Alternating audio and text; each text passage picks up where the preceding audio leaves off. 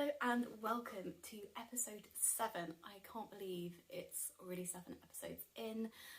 Welcome if you are a new viewer, thank you so much for checking out my little space on the internet. If you are a returning viewer, thank you so much as always for coming to spend some time with me today. And of course this time I am a day late off my normal schedule, so thank you also for your patience whilst I got myself back off holiday, unpacked, sorted some work stuff, and just generally got my life a little bit more organised yesterday. Really happy to be able to come kind of slightly more fresh today, and hopefully with a slightly clearer head to be able to kind of talk to you in a more hopefully coherent manner. So, regular podcast episode today, I was going to go through a finished object, one that actually you haven't even seen as a whip yet, cheeky, and also a number of my works in progress that I have been working on over the last couple of weeks since my last podcast episode. So a couple of weeks ago, the episode really focused on actually kind of updating you on whips that I've had going since about January time, and really explaining why maybe I have or haven't progressed some of those and what's been going on in the background in my life. So since that episode, I've had a lot of motivation to pick those whips back up, really push them forwards. The progress on those has been a little bit stunted, just in the sense that I was on holiday for the best part of the last week, and I was trying to travel light, so I didn't have massive suitcase space, and so I didn't take any of my larger sweater whips with me. But I've picked them back up this weekend. It is another bank holiday weekend here in the UK due to the King's coronation, and so I fully intend on doing a lot of knitting this weekend, so hopefully I can catch up on that progress of my whips that maybe was slightly halted whilst I was on holiday. Before I get into the episode proper, I hope that you have a lovely drink, whether it's hot, cold or otherwise, whenever you're watching this video, and that you have got your knitting if you like to knit along whilst watching these episodes like I do when I watch other podcasters, or indeed you might just be taking a moment to be still, or you may even be listening to me ramble whilst you are doing other things, you know, around and about. So whatever it is that you're doing, I hope you are relaxed and comfortable, and let's get started. I'm going to take a sip of my coffee to kick things off. And I'm sorry, we are continuing with the maybe not so trendy ceramics exhibits here, but this mug is the perfect size for a really good coffee. Okay, so in terms of this cheeky finished object I've got that has never featured on the podcast yet, let me show you. Let's start there. Okay, my finished object is a cowl. It's quite a wide cowl, quite loose fitting, not kind of a massive loop, but just has a little bit of hang. There we go. Okay, so idea behind this cowl was when I was packing for my holiday, I knew I wanted to take some yarn to make 2 cowls. I had 2 cowl ideas in mind, but I actually initially had a completely different concept in terms of what I thought I'd use from my stash. But I really took the opportunity to just sit in front of the 2 small shelves that I keep my stash on, plus my pegboard, and I just sat and I just looked at the colours and just took them in and thought, what is singing to me right now? And what was singing to me was, if I take this back off, 3 technically skeins that were in my stash. One skein, this kind of dark cranberry colour, is a skein from Lichen and Lace, which is a hand dye here in the UK. I've got 2 of their 20-gram sock minis, which is an 80-20 merino nylon blend in the shade Beetroot, and I picked these up thinking I would put them into a funfetti shawl. It's a shawl by, I think he's called Max the Knitter on Instagram, and I want to say his surname is CYR, so he's Maxim Sia, if I'm pronouncing that correctly, on Ravelry. And I've been looking at that shawl for a while, and I bought some minis thinking, okay, I know exactly what I'm going to make, but this mini was calling to me, so I nicked one of them, and that is the dark kind of, well, beetroot, cranberry, pomegranate, whatever you want to call this kind of shade. It's stunning. And what I've done is I've paired that with the leftovers from, if those of you who've been watching my episodes for a while now, I knit a wrap, which I will be producing into a pattern at some point. I'm trying not to put pressure on myself because, yeah, it's been a busy month or two. But I made a Karen wrap. I will insert a picture here. This is a design that I've kind of created in honour of my mum for a significant birthday for her. And as you'll see in the photo, there is a coral colour within that wrap. That is Ficalana Panilla, which is their DK base. And I will put the code for the colourway into my show notes. More on that in a moment. So I used up my scraps for that coral colourway, and I held it with some leftover bright pink mohair from Gepard Garn. I don't have the ball band for that, so I can't tell you the colourway, but that is held together for the kind of inverted commas main colour. And I just had this desire to cast on, it's a loose cowl. I think I did 160 stitches cast on, and I wanted to do some stripes, so I did 2 stripes in the main colour and then 1 stripe of the darker contrast colour. And then I wanted a block of simple, sorry, you can see my kind of start of row there. It's very obvious on camera, not so obvious in person. But I just wanted something quite simple but that would look quite graphic and clean, hopefully, with other outfits. So that's what I did. I tried the Italian sewn bind off for the first time on my bind off for this. I don't know how well you're going to be able to see that along the top edge, but it's not going to focus, is it? But it's nice and stretchy, but doesn't make it flare, so that'll definitely be bind off that I'll use again, and really, really simple to do. But yes, the colours are just making me really happy. There's a real kind of density and the kind of depth to the colours, and my vision is to pair this with a white top, my black work trousers and a black wool coat in the winter, and this will be kind of that pop of colour, that accent colour. So very excited about this. So little cheeky finished object, a really lovely knit for whilst I was away on holiday. Okay, I'm going to pop that up there and have another sip of coffee. And whilst I do, maybe let's just touch quickly on show notes. I was about to discuss show notes with you and just got interrupted by my cat, so apologies. So yeah, what I was basically saying was the show notes I'm going to improve, not just for you guys, but also because I found them really useful when I'm trying to look back through like what needle sizes I was using for different projects. I'd love to be someone that uses Ravelry more and has kind of really detailed notes on there, and maybe that's something I'll build to. But at the moment, just the kind of show notes are a good in between for me, and then they're all on my blog, and I can kind of search my own website for my notes on my knitting projects, so that's really helpful. Speaking of which, actually, I think I just negated to tell you the needle size I use for this, 3.5mm, and that's for both sections, or all the sections of this, even though the main colour is a DK held with a mohair. Actually, I just used the same needle size for all of it, and it's worked out okay. My kitten is on the floor next to me making a lot of noise, so apologies if you can hear her. She's a little bit needy at the moment, but I'm hoping that she's just going to fall asleep. Okay, so that's my one and only finished object. I'm going to then talk about my works in progress based on the order that I was knitting them. So I'll start with the stuff I was doing before my holiday. So, oops, almost dropping a book on the floor. So, last time I showed you this sweater, this was, I'd knitted the back, and hopefully it looks like a decent amount of progress since. So the sweater that I'm talking about is my kind of self-drafted, doodled, I basically, for those who are coming in fresh on this video, I have had a relatively stressful last few months, as I'm sure many people have, for various reasons, and I really needed a project where I was essentially doing the knitting version of just like doodling, like drawing. I didn't want to be following a recipe, I didn't want rules, I didn't want things that I could get right or wrong. I just wanted to just flow with it and see what happened.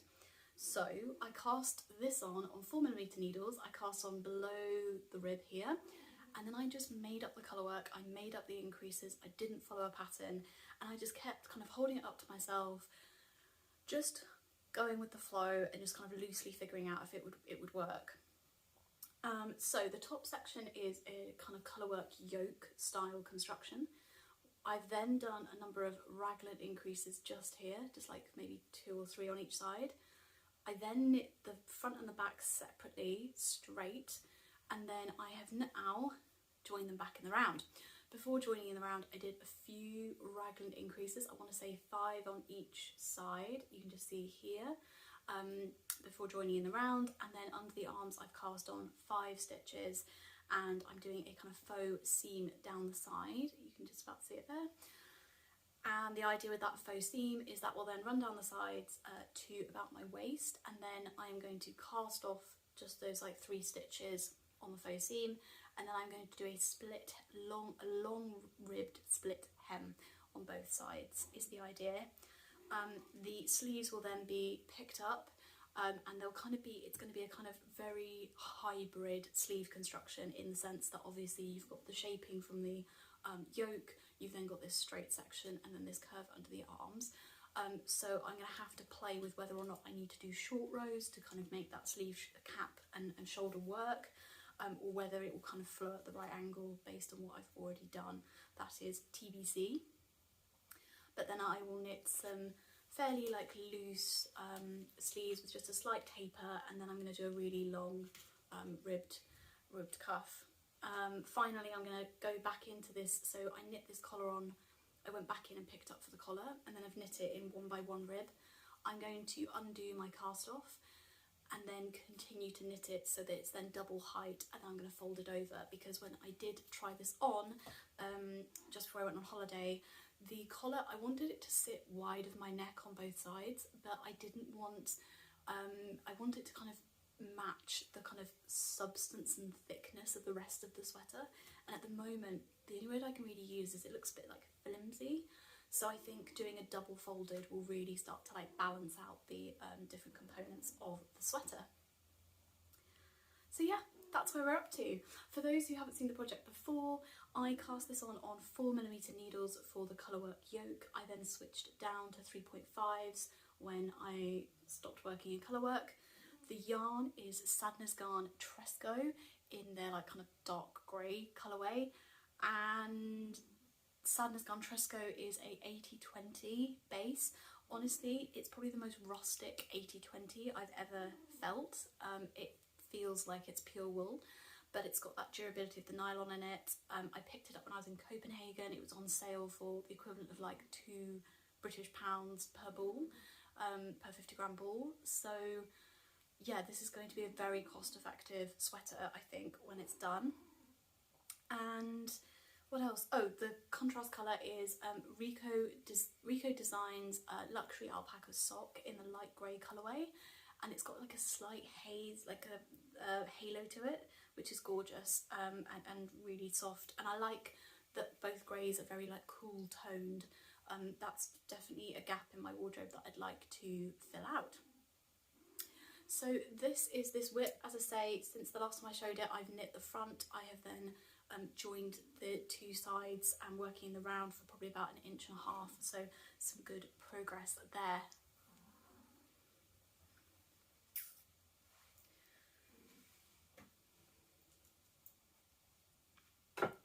Okay, next on my whip list is a project I've been working on since January actually. So right back in January, sorry, the kitten's making some noise, give me 1 second. So my next work in progress that I was going to share with you is one that I've actually been working on since, I'd say, January. It is a Strange Brew recipe sweater. Oh, my kitten's trying to drink my coffee. A Strange Brew recipe sweater. I started it, yeah, in January, put it on hold for ages because, why did I put it on hold? Because I've been doing a lot of projects on 3.5mm needles recently. It is kind of my go-to needle size for a lot of projects, particularly fingering weight projects, and I do a lot of fingering weight items.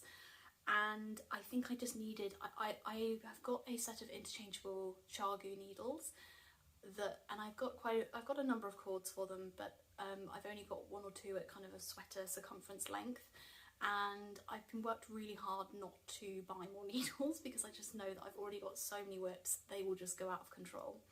but that does mean I often have to change needles on and off projects, and then, you know, there's a bit of delay sometimes before putting the needles back on them. So anyway, I needed my 3.5mm needle, and I also needed the cable that was being used for the sweater, so for the Keren wrap, that design that I've been chatting about. So this went on pause. Let me actually show you what I'm talking about, that might be helpful. So it's a Strange Brew sweater, using the Strange Brew recipe by Tin Can Knits. I tend to knit up the medium to large size in the women's, and that gives me a little bit of positive ease. I don't know exactly how much. I haven't really calculated, because I started using that size at a point when I wasn't that great at working out like my measurements versus finished garment circumference and then figuring out ease. That was just the size that I kind of guesstimated would fit me, and it works perfectly. So maybe at some point I will just actually calculate what that ease is and what I like. But yes, so I did the normal round yoke construction following their instructions. The only thing I find is that my row gauge tends to be off compared to what their gauge recommendations are. And what that means is my yoke is never the depth that it should be at the point for the sleeve split. If I just follow the charts, you know, kind of in the recipe, I need to always add on more rows. And the other thing I find is that the circular increases work for me until about here, just off the tip of my shoulder, but actually they don't work for the kind of proportions and just the shape of my body when it comes to the difference between the indent of my shoulder here. That's actually where my like armpit slash shoulder socket is, shoulder joint is, that versus my bust, and then like the distance to the midpoint of my underarm. All that doesn't work with a round yoke. So what I've done is then I've done a kind of, again, another compound kind of hybrid construction method, because I don't know if you can see there, but I've added raglan increases after the yoke, and I find this really helps the garment fit me properly. And I'd really recommend, if you struggle to get the right circumference at the split for your sleeves based on your bust, but then you don't want there to be masses of stitches under your arms that you're then having to taper, because that was my other issue. I used to try and fix this by putting loads of stitches under my arms, but then that involved a lot of shaping work quite, you know, rapidly down the side of my sweater, and that didn't always look the way I wanted it to. So I'd really recommend experimenting with this if you are ever experiencing issues with the fit of a circular yoke. In terms of what this is knit up in, so the main colour, the blue, is Heathered Navy by Holster Garn in their 2-ply jumper weight base, which is their super soft. It's a gorgeous, very, very light fingering weight yarn, very, very cost effective, and I just love this colourway. I've got so much of it. I have then used a contrast colour of actually a superwash hand-dyed skein. I've in the past really tried to move away from using hand-dyed skeins with non-superwash yarns, because sometimes the kind of juxtaposition of the two can be a bit jarring, or just doesn't quite look right. I can't quite describe why it doesn't. It just doesn't make a fabric that looks seamless. It very much looks like you've kind of tried to bolt two yarns together. But this time it's worked really well. I can never pronounce the name of this yarn brand. It's a German yarn brand, I believe, German or Austrian. They stock it at Beautiful Knitters in London and on their website. I know the colourway is Ripened Corn, and the yarn brand begins with, like, I think it's like Schwendort. I will put it in my show notes, and yeah, it's a merino and silk base with quite a high twist, and it's absolutely beautiful. So that is the contrast colour. And then, other than the kind of compound yoke shaping, I guess other construction points that I'd note, I've done a double folded collar that I went back in and picked up after the fact. I find this really makes the collar kind of construction stay in shape and stops it all kind of stretching out. And then, but one thing I wish I'd done, and that I've started to do on some other projects, is I wish at the point where it folds, I should have gone down 2 needle sizes and then gone back up again, and what that does is it kind of makes the you see here, this is kind of standing, it wants to stand up and out like that, whereas you want it to curve in and be flat, and I don't know if you can see, but it's just bagging slightly. That really tightens up and cinches it in. but the other thing I could do is put some elastic through it, so I could also do that. Sleeves wise, so I am knitting kind of fairly loose fitting sleeves, but with a gentle taper. I want them to kind of hang loose of my arms but not be like super wide sleeves, which I do love, super wide sleeves, but this time I want them to be ever so slightly more fitted. I'm doing decreases every 10 rows, and I'm just doing a decrease either side of a central marker under my arm. And then, ooh, this is exciting. So for this jumper I did cast on quite a few stitches under the arms. I want to say I cast on the region of about 15 to 20.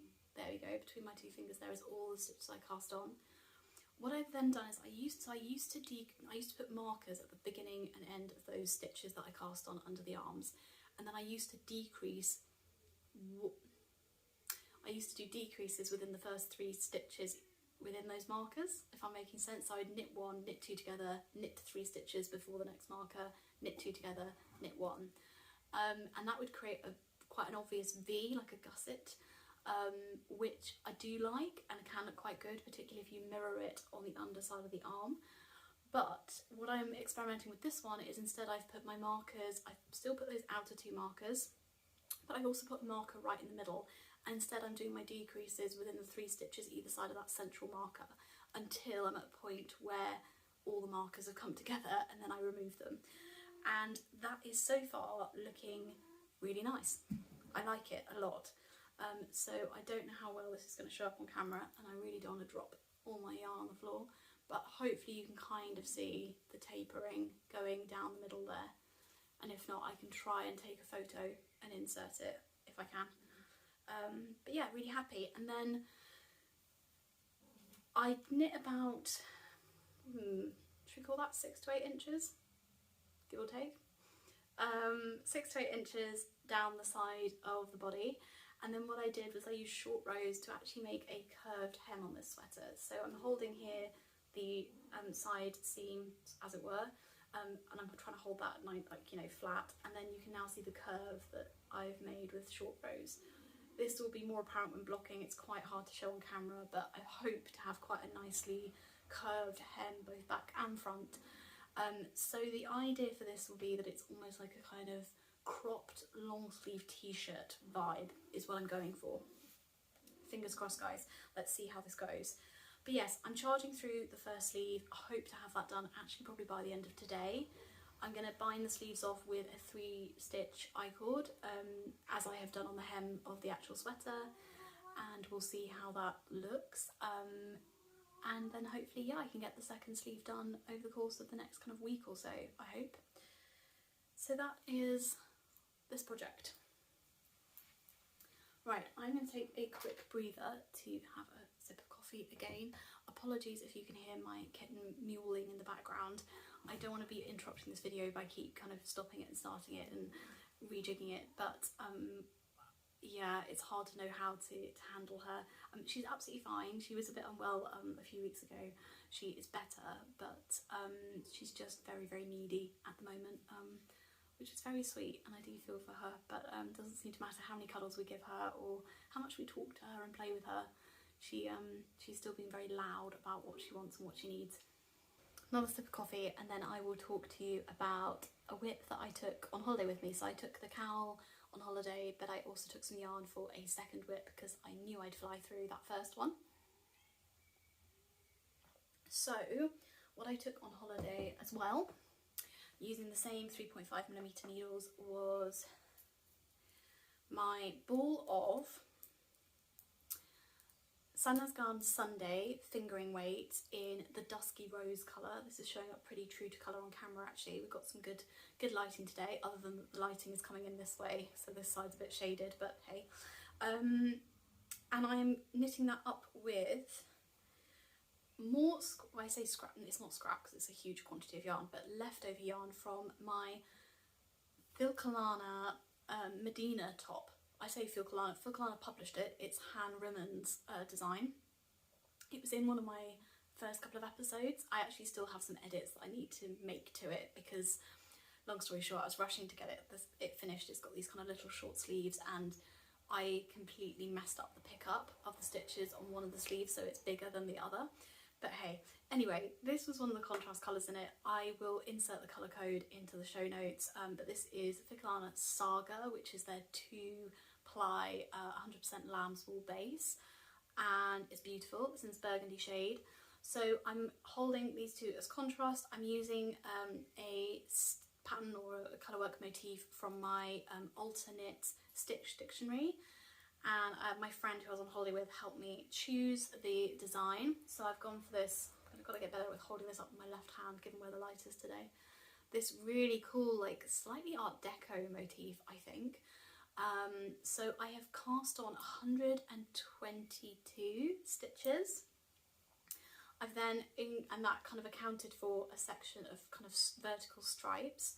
I'm going to go back in afterwards, and along the side of these stripes I'm going to just sew in 2 very thin lines of gold, Rogue, in the Kremke Stellaris base, and again that's leftovers from other projects, so that one in particular is left over from the Keren wrap.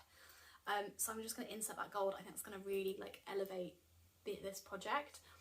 The idea is to knit the cowl as a tube and then join the ends, probably graft them together, and then it will go, the pattern will actually end up going kind of this way, if that makes sense. But I'd love to do a project where it goes this way too, because it's beautiful. Maybe a hat. I'm knitting this on 3.5mm needles, and yeah, I think kind of similarly to the last work in progress that I showed you, where I was kind of blending 2 very different yarn bases. I think it's an interesting point to chat about, because in previous years I found that I'm very inclined towards combining different yarn bases. That's kind of where my eye goes to. But then I found that in the projects I was making, I think it comes back to that point that I made about fabric. It just didn't look like a continuous piece of fabric. It looked very disjointed, and it looked like 2 yarns being forced together rather than just one seamless piece of fabric from afar. And somehow in these 2 projects that I've just done, I feel like, or that I'm working on, I feel like I've kind of learnt something and kind of stepped forwards with that in terms of how I can tell whether or not the yarns are going to go together. I'm trying to distill what it is that has changed. I think with, so the Sadness Garn Sunday yarn is a non-superwash, just like the Ficalana Saga, but it's a very silky non-superwash. It's got this kind of luster to it. It's beautiful. And also the hand-dyed skein that I used in the Strange Brew sweater project has got that same luster. It's for a different reason though. That is superwash and that's got some silk in it. But there must be something about the kind of silkiness combined with a certain kind of non-superwash that's kind of got a bit of a halo, a bit of a felting characteristic to it, that makes a fabric that does look continuous. And I think it's because that kind of silkiness almost makes it look like, I'm trying to compare it to other fabric constructions. So obviously knitting is ultimately constructing a fabric. If you think about weaving, woven fabrics, which is the other most common fabric form, you know, often when there's a design on woven fabric, it's either printed or it's woven in or kind of embroidered in. And I think the silky texture of this contrast yarn gives a similar impression to when a design is kind of woven or embroidered into a kind of woven fabric. So I'm thinking that might be what's making these fabrics feel more polished and feel more the way that I'd want them to look, compared to my previous attempts where maybe both yarns have had too much of a shininess to them, or maybe both of them have been too flat. I don't know. I'm intrigued to hear other people's thoughts about this kind of concept of like the more like kind of fabrication side, the more kind of technical side of knitting and how we form these fabrics. But anyway, I digress ever so slightly, hopefully an interesting digress. Yeah, this is where I'm up to on this cowl. I cast it on maybe 2 days ago and just used it as my plain knitting, and really enjoying it. Another thing that I'm doing, because this is quite a big motif like chart, so it's 35 rows and 22 stitches, and it's not a complicated chart as in the sense that once I've done one repeat on each round, I can then memorise it for the rest of that round. But I think it would be very easy to get lost on this chart. So what I have done is I have put stitch markers at the beginning of every single repeat. so that I can, you know, if I put this down, I know exactly where I'm at up to, and it also makes it really easy just to kind of slip into the rhythm of it in each round. So I know it's a pretty age-old trick and lots of people already know it, but I would really recommend doing that if you're working on a kind of slightly larger motif or a pattern that kind of develops over quite a number of rounds. I think if you're doing like a kind of 2-stitch repeat over 4 rounds, maybe the markers aren't as important, but I think when you're doing these motifs that are really at scale, it's really, really important. So that's my whip that I wanted to share with you. So that was kind of all the kind of core whips, finished objects that I wanted to show, but I did want to chat to you about a couple of other things. One was to chat about or just kind of actually show the yarn for a project that I'm very excited to cast on. I did mention it in my last video, but I thought it'd just be nice to mention it with the yarn in place and all of that. And maybe to also discuss with you a little bit more about what's in my queue for on Ravelry for knitting over the next couple of months. I was also going to chat about a kind of idea and a design I'm toying with, although recognise that I still haven't even written up the pattern for the Karen wrap and published that yet. And yeah, I was just going to chat generally about like kind of my approach to knitting, or at least what I'm thinking over the next kind of six months or so. Yeah, I hope that suits. So I'm going to have a sip of coffee and then dive straight in. Actually, if I talk first about just the kind of design or the kind of fabrication idea I've got, because that's kind of slightly apart from the rest of the stuff I was going to chat about. So let's do that. So, alarm's going in the background, apologies. So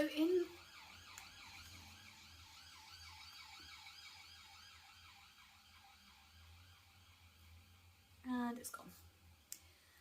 So a couple of podcasts ago I spoke a little bit about kind of my favourite knitting books. I think I did a whole video, you know, a thematic video, not a podcast episode, on that. And one of the books that I mentioned was the Knitting Colour, Structure and Design by Alison Ellen. I'm showing it all up, there we go. So essentially what this book is talking about is it's talking about making fabrics that have got more kind of structure. It's talking about how you knit, how do I describe this? Not just creating shape for the purpose of an overall garment shape, but actually using shaping techniques to create texture, to create fabrics that have a totally different structure to a normal stockinette knit fabric, for example. And so one of the things I made using the instructions in that book, and I don't know how well this is going to show up because it needs blocking, but is this welted little diamond shape, like leaf shape. It's really hard to show actually because it does desperately need blocking. So I've just knit this up in the scraps from my original version of my Time to Decompress socks. So this is Coop Knits socks, yeah, in their fingering weight base, and you'll be able to find the names of the colourways on my blog. They definitely are in the notes somewhere. Like Almadine and Chryso, I think. Almadine is the orange and the blue is Chryso, I think. More alarms, 1 second, sorry. So many alarms today. Anyway, the point is I'm experimenting with some of these more structured fabrics, as I was mentioning, in terms of colour work and how that meshes together. But I'm really keen to make more of these little swatches and to experiment with maybe making a jumper or a raglan, and then kind of making a number of these to then join together and then almost make like a kind of collar that attaches to the raglan. It's what I thought I was going to do with my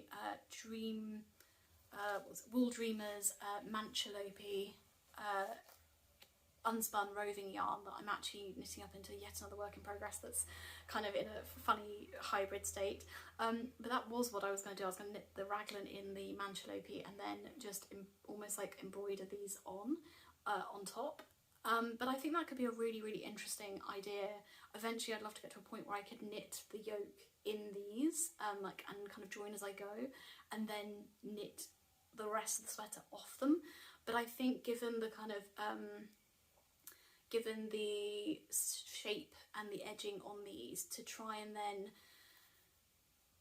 join them all to, so that if you knit them and work as you go, so they're all joined together into a yoke, but then trying to knit the rest of the sweater off that, given that the edging would all be kind of angular, would just be super fiddly. And I don't know if you've noticed with my projects recently, but I'm not in like a fiddly mood. I'm in like a kind of, I just want to like go with the flow. I don't want rules, I don't want constraint. Read into that what you will, but yes, trying to like do loads of maths and calculation just isn't in my wheelhouse at the moment. I think maybe later on in the summer it will be, and I want to do quite a technical project, but at the moment that's just not what's going to bring me joy. So maybe there's a cheats way around it, as I say, by kind of making these individually and then joining them together and stitching them onto the top of a sweater. But yeah, I think that would be a really interesting project, so just thought I'd put that out there as an idea. More coffee. Well, this episode's going to be very interesting to edit, given all these, yeah, like, I keep saying alarms. What I mean is, and I can't think of the word for them, which is why I've not been using it. Basically, there's been some police cars and ambulances going past, which I hope whoever they are going to is okay. But yes, it's going to be an interesting one to edit. Okay, I'm actually going to pull my tablet out for this next bit.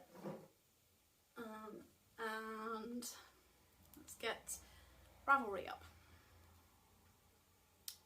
So if we start turning to like things that I'm thinking of knitting, so kind of future knitting plans plus some kind of info background on how I think I'm going to approach my knitting over the next 6 months or so. So in my last episode I mentioned that I really want to cast on the Thin Air sweater by Lily Kate France, and I'll show you a picture in a moment. The backdrop of this is that I really want to create a V-neck sweater. Ideally, I really wanted a V-neck sweater that was a V at the back, but that's not where we're up to at the moment. There's nothing to say I couldn't make the Lily Kate France sweater so that the V was at the back. Let's see. I was originally looking at the Jasper sweater, Casper sweater? Jasper or Casper? By Joanna, I don't want to get this wrong, so it's the Casper V-neck by Joanna Gertrich. I'm probably really butchering that, I'm really sorry. So that was the pattern I originally wanted to make, and I bought some yarn for that pattern. And on Ravelry, when you look at that pattern entry, it says, calls for Lana Grossa silk hair lace 2-ply. That's what it says. And I saw silk hair is what it's called. Lana Grossa silk hair, and I thought, okay, this is a fingering weight sweater where you hold two. I just assumed, looking at the picture and then what it said it called for, I was like, okay, this is going to be 2 strands of mohair held together, was what I thought. This was my mistake, because I should have actually clicked into the pattern and actually read the instructions more, because it's actually a worsted weight sweater, and I have bought sport weight.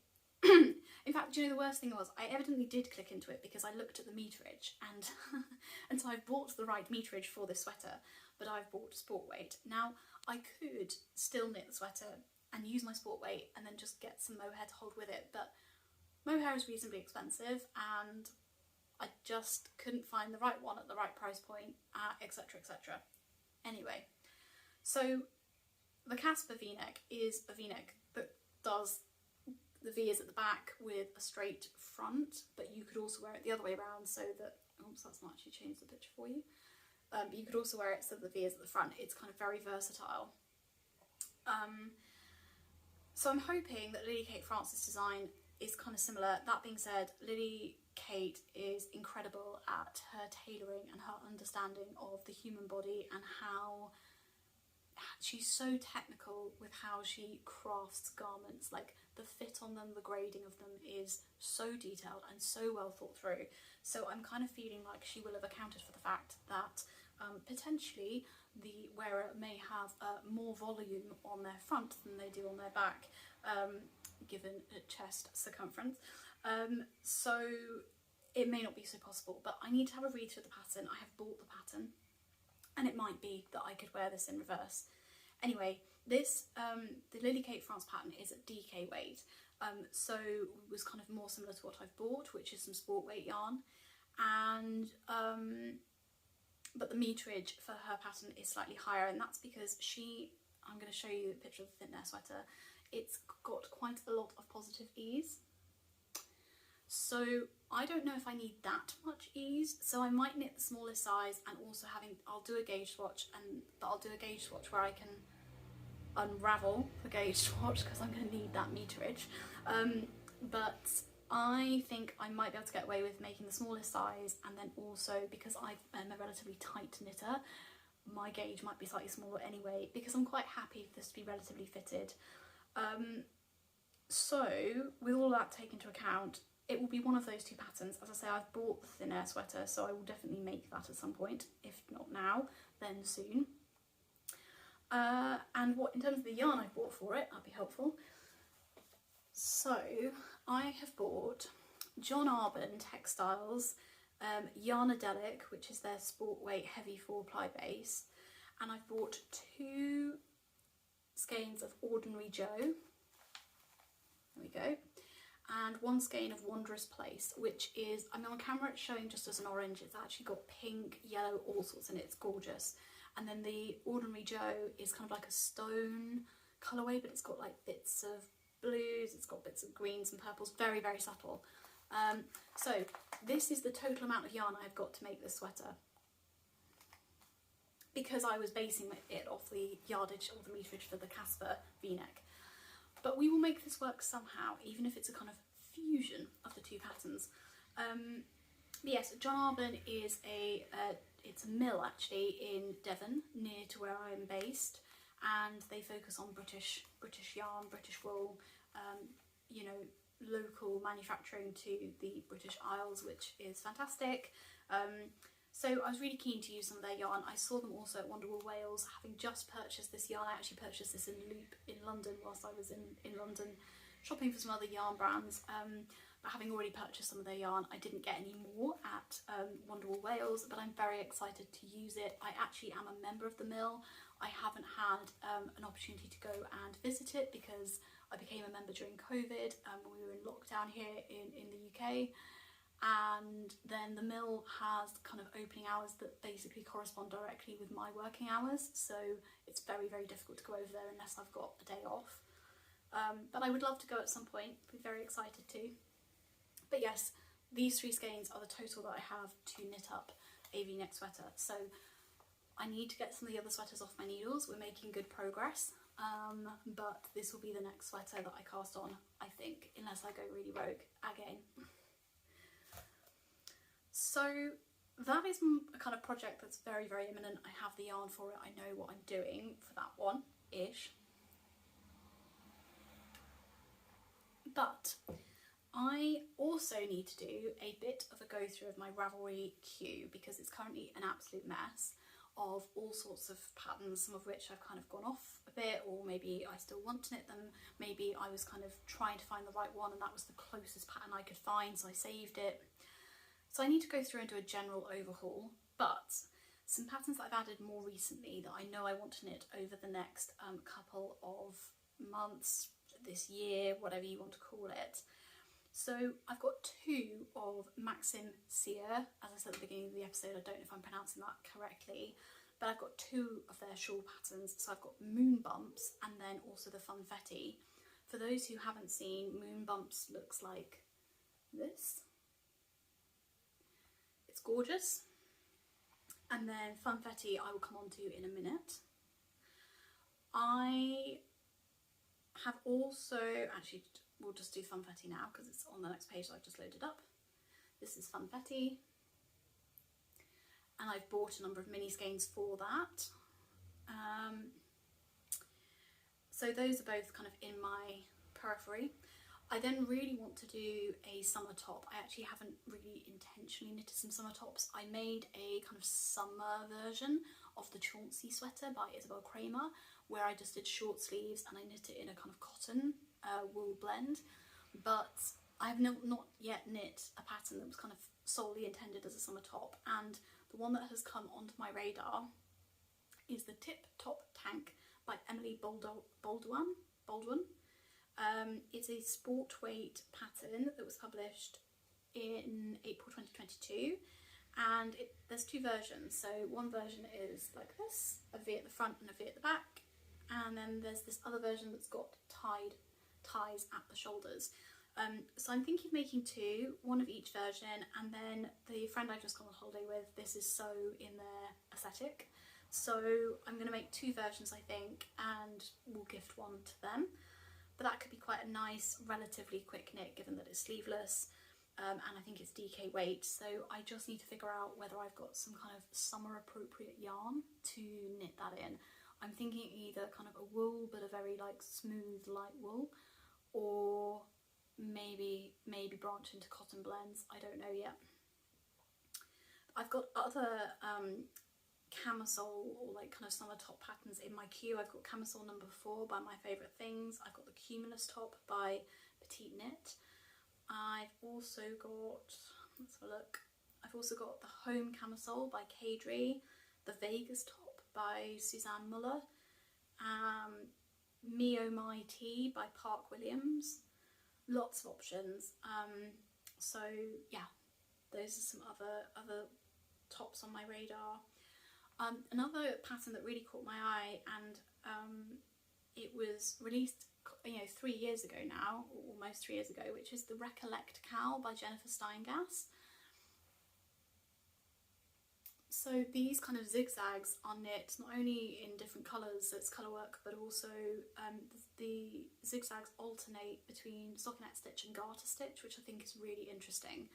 But I just, again, didn't have the brain space for something where I'm going to have to be like so focused on it, because it's switching between textures and colours.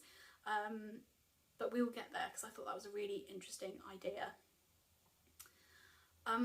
So, I mean, I've got like, I'm not joking, probably, let's be precise about this, I'll give you an exact number. I've got 94 things in my queue. So I really want to go through this and just edit it a little bit and really focus on what I actually think I'm going to knit. But in order to do that, an exercise I really want to go through, and I will share it here on my video some way somehow, is to go onto Pinterest and create a knitting mood board. I already have kind of a knitting inspo board, but I haven't really engaged with it properly in a while. And what I really want to do is picture what I want, what expresses me this year in knitting form. And I don't want to treat it like a checklist. I don't want to treat it as, again, something that I have to do. It's not about being rigid. It's about putting all those ideas, all that inspiration, all those kind of, I guess, feelings in terms of colours, like just all my thoughts into one kind of gathered board and having it as a reference point, because I don't know about everyone else, so I have a bit of fluff floating in front of me. I don't know about everyone else, but I've got so many ideas and so many things that I want to make, but you can only make things so fast, and half the enjoyment of this art form is that it takes a while to produce things. That's half the joy.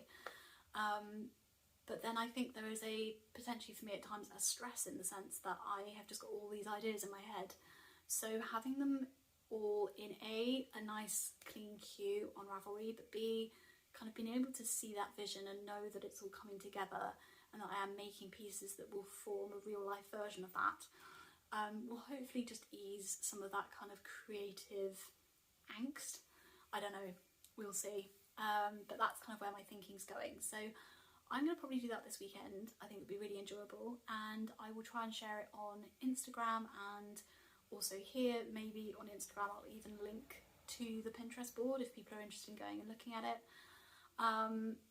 But that's my thinking. That's where I'm up to with kind of future knitting plans. And I think, this year, again, if you've been following along for a little while, you'll know that we've been on kind of pause waiting for lots of news in our personal lives, myself and my other half, and we've just had the news in terms of jobs and stuff. So we now suddenly have this freedom to actually move things forwards. It feels like we've been revving with the handbrake on for 2 years, and I'm so excited. The chapter we're currently in, we love our lives currently. We're incredibly privileged and have a lovely life together, but there is also change afoot, and I'm someone that loves change. I know it's pretty unusual, but I do. I really love it.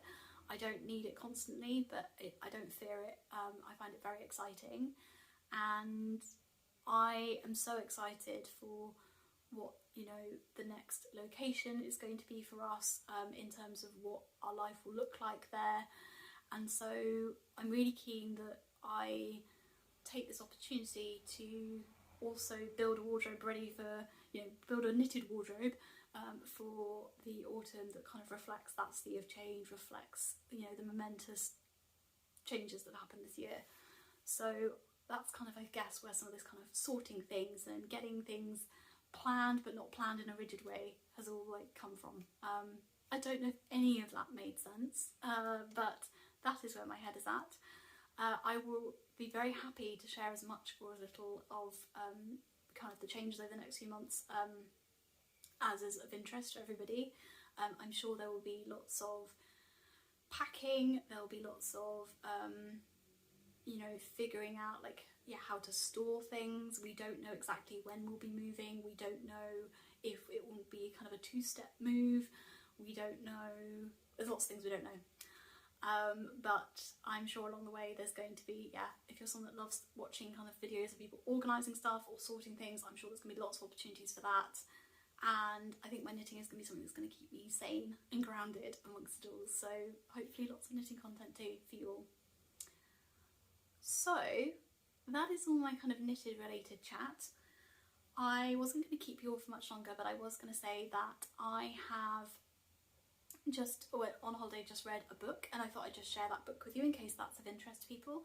And I was also going to insert at the end here some footage of my trip. I didn't take masses, but it's just like 1 or 2 tiny short clips in case that is of interest, and you can see what I was up to.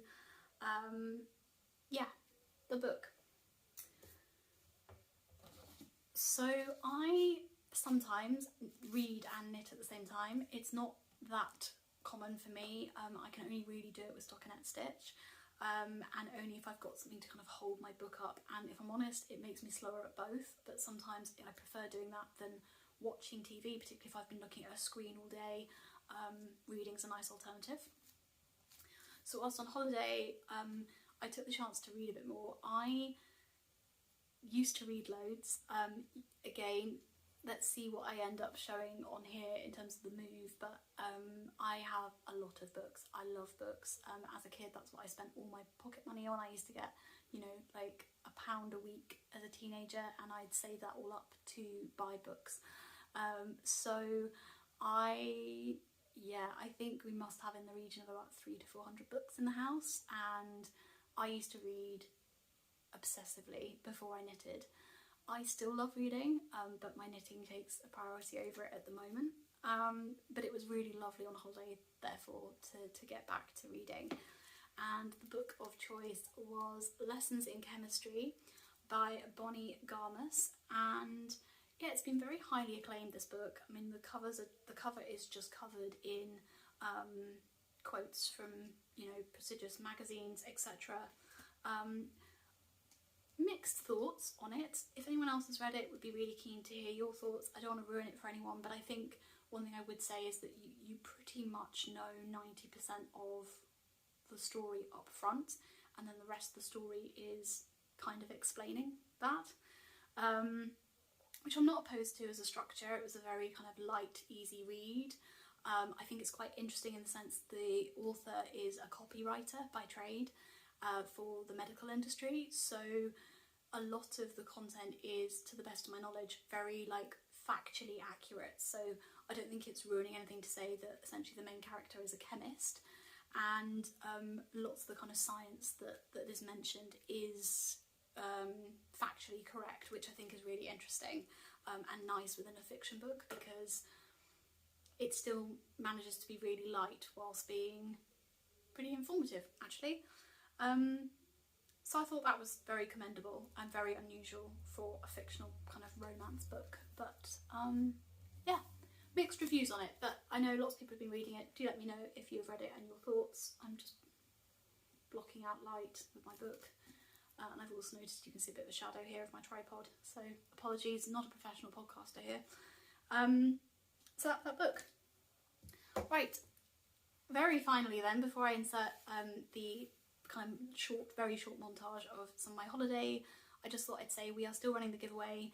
We are very, very close to 500 subscribers, which is crazy exciting, and thank you all for those of you who've been subscribing and commenting. It's still running, I promise. I am very, very excited to pick a winner, or use a random comment generator to pick a winner. But to then, you know, chat to the winner and see what's going to be in their wheelhouse, so I can create a package. That's very, very exciting. So please do keep commenting. If you've loved this video and are not yet subscribed, please do. And hopefully by the next episode, maybe we will have a winner. But yes, keep commenting, keep feeding back. With that, I'm going to say goodbye. I hope you have a lovely weekend. I know not everyone will have the long weekend that we have here in the UK, but I hope your weekend feels long, is relaxing, you get some time to knit or do your craft, whatever it is that you love to do. And I will hopefully see you in the next week or so, but if not, it will be in 2 weeks' time at my normal podcast schedule. And yeah, just lovely to sit and chat with you. Have